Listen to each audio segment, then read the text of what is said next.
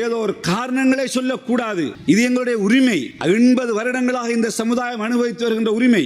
இது நாங்கள் எந்த காரணம் கொண்டு விட்டுவிடக்கூடாது. ஆகவே கௌரவ சபாநாயகர் அவர்களே, நாங்கள் இது தொடர்பிலே ஏதாவது நாங்கள் இந்த விடயங்களை பற்றி பேசுகின்ற போது நாங்கள் இனவாதிகள், இனவாதத்தை பற்றி பேசுகின்றோம் என்று எங்களை பார்த்து சொல்கிறார்கள். நாங்கள் இனவாதம் பேசவில்லை. சுதந்திரம் அடைந்தது முதல் இந்த நாட்டிலே 1947ஆம் ஆண்டு முதலாவது அமைச்சரவை ஹானரபிள் DS சேனநாயக் அவர்கள் தலைமையில் அமைந்த போது 14 அமைச்சர்களை கொண்ட அந்த அமைச்சிலே மர்ஹூம் டாக்டர் DB ஜாயா அவர்கள் முதலாவது அமைச்சராக இருந்தார்கள். அதனைத் தொடர்ந்து 1952ஆம் ஆண்டிலே ஹானரபிள் டட்லி சேனநாயக் அவர்களுடைய அமைச்சரவையிலே மர்ஹூம் டாக்டர் MCM கலீல் அவர்கள் அமைச்சராக இருந்தார்கள். அதே போன்று 1956ஆம் ஆண்டு SWRD பண்டாரநாயக் அவர்களுடைய ஆட்சியிலே மர்ஹூம் CAS மரைக்கார் அவர்கள் முக்கியமான கேபினட் மினிஸ்டராக இருந்தார்கள். அதே போன்று தொடர்ந்து வந்து 1970ஆம் ஆண்டு ஸ்ரீமாவோ பண்டாரநாயக் அம்மையாருடைய ஆட்சியிலே மர்ஹூம் அல்ஹாஜ் டாக்டர் பதியுதீன் அவர்கள் அமைச்சராக இருந்தார்கள். இப்படி கடந்த 80 ஆண்டுகளாக 47ஆம் ஆண்டு தொடக்கம் 80 ஆண்டுகளாக 24ஆம் ஆண்டு வரையும் ஒவ்வொரு அமைச்சரவையிலும் ஒருவர், இருவர், சில சந்தர்ப்பங்களில் 5 பேர் அமைச்சர்களாக இருந்திருக்கிறார்கள். ஆனால் கடந்த அனுரகுமார திசாநாயக் அவர்கள் ஜனாதிபதி பதவியேற்று அவருடைய அரசாங்கம் அமைத்ததன் பின்னர் அந்த அமைச்சரவையிலே ஒரு முஸ்லீம் ஒரு நபர் கூட அமைச்சராக நியமிக்கப்படவில்லை. இந்த விடயங்களை பற்றி நாங்கள் பேசிய போதெல்லாம் எங்களுக்கு சொல்லப்பட்ட பதில், முஸ்லீம்களிலே அனுபவம் உள்ளவர்கள் அல்லது தகுதியானவர்கள், குவாலிஃபைடாக்கள் இதில் இருக்கவில்லை என்று அவர்கள் சொன்னார். கௌரவ பிரதிசபாநாயகர் அவர்களே, இந்த சபைக்கு தலைமை தாங்கிக் கொண்டிருக்கின்ற நீங்கள் ஒரு MBBS டாக்டர் ரிஸ்வி சாலி, நீங்கள் மிகச்சிறந்த ஒரு அரசியல் பின்னணியை கொண்ட ஒருவர், நீண்ட காலமாக இந்த JVP கட்சியில் அங்கத்தவராக இருந்த ஒருவர். அதே போன்றுதான் ஒரு வைத்தியர், நீங்கள் மிகச்சிறந்த ஒரு வைத்திய நிபுணர். அதே போன்று பொறியியலாளர் அக்ரம் அவர்கள் ஒரு BSc என்ஜினியர், மொரட்டுவல் பல்கலைக்கழகத்திலே படித்த ஒரு என்ஜினியர், நல்ல அனுபவம் உள்ள ஒருவர். அதே போன்றுதான் எங்களுடைய கௌரவ டிப்யூட்டி மினிஸ்டர் முனீர் முலஃபர் அவர்களும் ஒரு கிராஜுவேட் BSc ஒரு BA பட்டதாரி அவர்கள். அதே போன்று ஹானரபிள் ஆதம் பாவா எங்களுடைய பாராளுமன்ற உறுப்பினர், ஒரு BSc சயின்ஸ் கிராஜுவேட் டீச்சர் அவர். அதே போன்று ஹானரபிள் அஸ்லம் அவரும் ஒரு பட்டதாரி, ஒரு ஆசிரியர். அதே போன்று அங்கிருக்கின்ற எல்லா அநேகமான பாராளுமன்ற உறுப்பினர்களும் 3 மொழிகளிலும் பேசக்கூடிய ஆற்றலுள்ள, கல்வியிலே மிகச்சிறந்த பட்டங்களை பெற்றவர்கள். அதே நேரம் அவர்கள் சோமவன்ச அவர்களுடைய காலத்திலிருந்தே இந்த JVP கட்சியிலே இருக்கின்றவர்கள். ஆகவே இவர்களை விட தகுதியானவர்களை விட நாங்கள் உங்களுடைய இருக்கின்ற அமைச்சரவை எடுத்து பார்க்கின்ற போது சில ஓலவல் கூட படிக்காதவர்கள் கூட, பாடசாலைக்கு செல்லாதவர்கள் கூட உங்களுடைய அமைச்சரவையில் இருக்கிறார்கள். அதே போன்று ஏலவல் பரீட்சை எழுதாதவர்கள் பலர் இருக்கிறார்கள். அதே போன்று சாதாரண டிப்ளோமாக்களை முடித்தவர்கள் பலர் உங்களுடைய அமைச்சரவையில் இருக்கிறார்கள். ஆகவே இந்த முஸ்லீம் பாராளுமன்ற உறுப்பினர்கள் அவர்கள் படித்திருக்கிறார்கள், 3 பாஷையும் தெரிந்தவர்கள், நன்கு பட்டங்களை பெற்றவர்களாகவே நல்ல அனுபவமுள்ள ஒருவரை நீங்கள் நியமிப்பதில் எந்த பிரச்சனையும் இருக்க முடியாது. ஏனென்றால் இது முஸ்லீம்களுடைய உரிமை. கடந்த 80 வருடங்களாக நாங்கள் அனுபவித்து வருகின்ற ஒரு உரிமைதான் இந்த நாட்டினுடைய ஆக உயர்ந்த தீர்மானங்கள் எடுக்கின்ற அமைச்சரவையிலே ஒரு முஸ்லிம் ஒரு உறுப்பினராக இருப்பது. அந்த உரிமை மறுக்கப்பட்டிருக்கிறது. அதனைத் தொடர்ந்து பல குழுக்கள் நியமிக்கப்பட்டிருக்கிறது, பல ஆணைக்குழுக்கள், பல கமிஷன்கள், குறிப்பாக கல்வி அமைச்சிலே பல நியமனங்கள் இடம்பெற்றிருக்கிறது. ஆனால் அநேகமான குழுக்களிலும் அந்த முஸ்லீம் உறுப்பினர்கள் நியமிக்கப்படாமை மிக ஒரு கவலையான ஒரு சம்பவமாகும். அதே போன்றுதான் இறுதியாக இப்பொழுதோ எல்லை நிர்ணய ஆணையக்குழு நியமிக்கப்பட்டிருக்கிறது. இந்த எல்லை நிர்ணய ஆணையக்குழு என்பது ஒரு முக்கியமான ஆணையக்குழு. கௌரவ சபாநாயகர் அவர்களே, இது இந்த நாட்டினுடைய பாராளுமன்ற தேர்தல்கள் வருகின்ற போது எல்லைகளை பிரிப்பதற்காக ஜனாதிபதியால் சட்டத்தால் நியமிக்கப்படும் ஆணைக்குழு.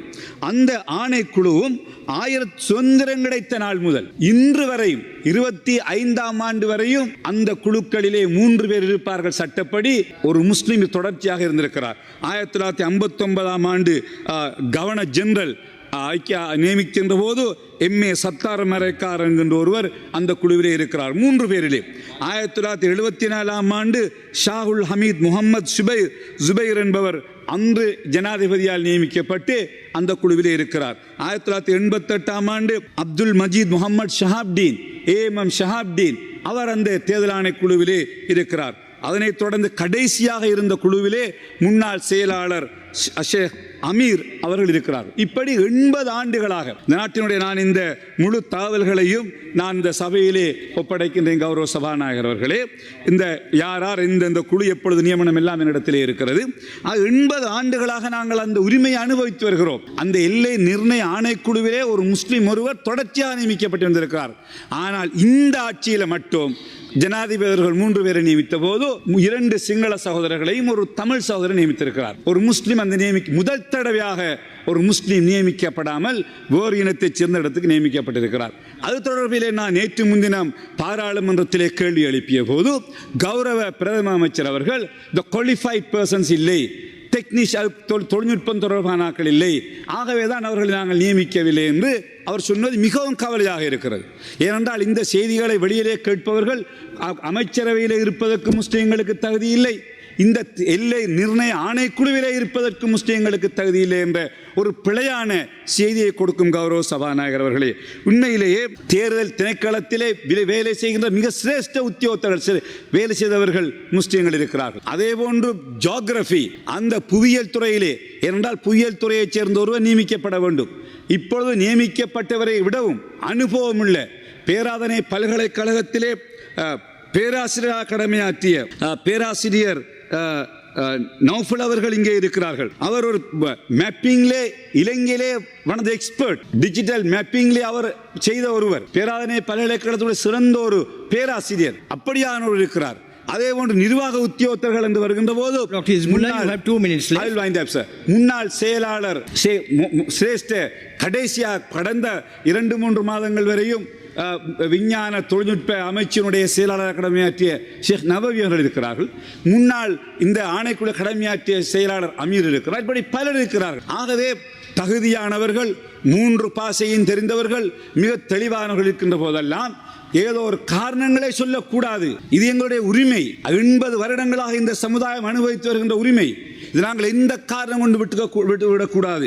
ஆகவே கௌரவ சபாநாயகர் அவர்களே, நாங்கள் இது தொடர்பிலே ஏதாவது நாங்கள் இந்த விடயங்களை பற்றி பேசுகின்ற போது நாங்கள் இனவாதிகள், இனவாதத்தை பற்றி பேசுகின்றோம் என்று எங்களை பார்த்து சொல்கிறார்கள். நாங்கள் இனவாதம் பேசவில்லை. ஒரு இனத்தை பற்றி, ஒரு இடத்திலே பிரச்சனையை பற்றி, ஒரு இனத்துக்கு இருக்கின்ற உரிமையை மறுக்கின்ற போது அதை பேசுவது எங்களுடைய கடமை. எனக்கு வாக்களித்த மக்கள் எனக்கு சொன்னதெல்லாம் உன்னுடைய சமூகத்துக்காக நீ பேசு, முடியுமான ஒரு சமூகத்தில் உரிமைகளை பெற்றுக்கொள்வதற்காக நீ போராண்டுதான் எங்களுக்கு வாக்களித்திருக்கிறார்கள். ஆகவே எங்களுடைய கடமை. ஆகவே கௌரவ சபாநாயகர் அவர்களே, அரசாங்கத்திலே இருக்கின்ற முஸ்லிம் எம்பிக்கள், இது நீங்கள் இருக்கிறீர்கள், நாங்கள் கடந்த ஆண்டுகளில் இருந்தோம், நாளை இன்னும் வருவார்கள். ஆனால் நீங்கள் இவ்வாறான ஆணைக்குழுக்களிலும் இவ்வாறான அமைச்சரவையிலும் எங்களுடைய உரிமைகளை விட்டுக் கொடுத்து எங்களுக்கு முஸ்லீம்கள் தேவையில்லை, யார் இருந்தாலும் பரவாயில்லை என்று சொல்லி தீர்மானித்து விட்டால் அடுத்த முறை வருகின்ற அரசாங்கங்களுக்கு முஸ்லீம்களை முற்று முழுதாக இந்த குழுக்களிலிருந்தும் அமைச்சரவையிலிருந்தும் நீக்கி தனியான தீர்மானங்களை எடுப்பதற்கான ஒரு சந்தர்ப்பத்தை நீங்கள் வழங்குகிறீர்கள். ஆகவே நீங்கள் எல்லோரும் அல்லாஹ்வுக்கு மறுமொழி சொல்லியாக வேண்டும். உங்கள் மீது இருக்கின்ற மிகப்பெரிய கடமை எங்களுடைய சமூகத்துக்கு கிடைக்க வேண்டிய உரிமைகளை பெற்றுக் கொடுக்க வேண்டிய எங்களுடைய மூதாதையர்கள், எங்களுடைய அறிஞர் சித்திரபை, T B Jayah, doctor M C M Kaleel, doctor பதீதி மஹமூத், சர் ராசிக் ஃபரீத் போன்ற எங்களுடைய அட்வொகேட் அப்துல் காதர் போன்ற எங்களுடைய தலைவர்கள், மூத்த தலைவர்கள் போராடி பெற்று தந்த உரிமை. ஒரு தொப்பியை போட்டுக்கொண்டு நீதிமன்றத்துக்கு சென்ற போது துருக்கு தொப்பியுடன் கோர்ட்டுக்கு வரக்கூடாது என்று சொன்ன போதுதான் அட்வொகேட் அப்துல் காதர் மிகப்பெரிய போராட்டத்தை செய்து ஒரு தொப்பி போடுகின்ற உரிமையை கூட அவர் எங்களுக்கு பெற்று தந்தார். ஆகவே கௌரவ பிரதி சபாநாயகர் அவர்களே, கௌரவ பாராளுமன்ற உறுப்பினர்கள் இந்த விடத்திலே கவனம் செலுத்த வேண்டும். யாரும் ஆட்சி செய்யலாம், ஆனால் எங்களுடைய பிரதிநிதித்துவத்தையும் எங்களுடைய உரிமைகளையும் பாதுகாப்பது எங்களுடைய கடமையாகும். நாங்கள் இனவாதம் பேசவில்லை. சில சில்லறைகள் கேவலம் பிரதேச சபைக்கு கூட போக முடியாத சில்லறைகள் எல்லாம் குப்பைகள் எங்களை பற்றி இனவாதிகள் சொல்லுகிறார்கள். எங்களுடைய உரிமை, எங்களுடைய சமூகத்தினுடைய பிரச்சனைகளை பற்றி பேசுவது எங்களுடைய கடமை. அந்த அடிப்படை நாங்கள் பேசிக் கொண்டிருக்கிறோம். ஆகவே கௌரவ சபாநாயகர் அவர்களே, இந்த விடயத்திலே கௌரவ முஸ்லிம் பாராளுமன்ற உறுப்பினர்கள், அரசாங்கத்திலே இருக்கின்ற பாராளுமன்ற உறுப்பினர்கள் ஜனாதிபதியோடு பிரதமரோடு அரசாங்கத்தோடு பேசி எங்களுடைய உரிமைகள் நிலைநாட்டப்படுவதை எந்த ஒரு சூழ்நிலையிலும் எந்த காரணங்களை சொல்லியும் எங்களுக்கு வழங்கப்பட்ட உரிமைகளை இல்லாமலாக்குவதற்கு உதவி செய்யக்கூடாது என்று கேட்டு விடைபெறுகிறேன். நன்றி.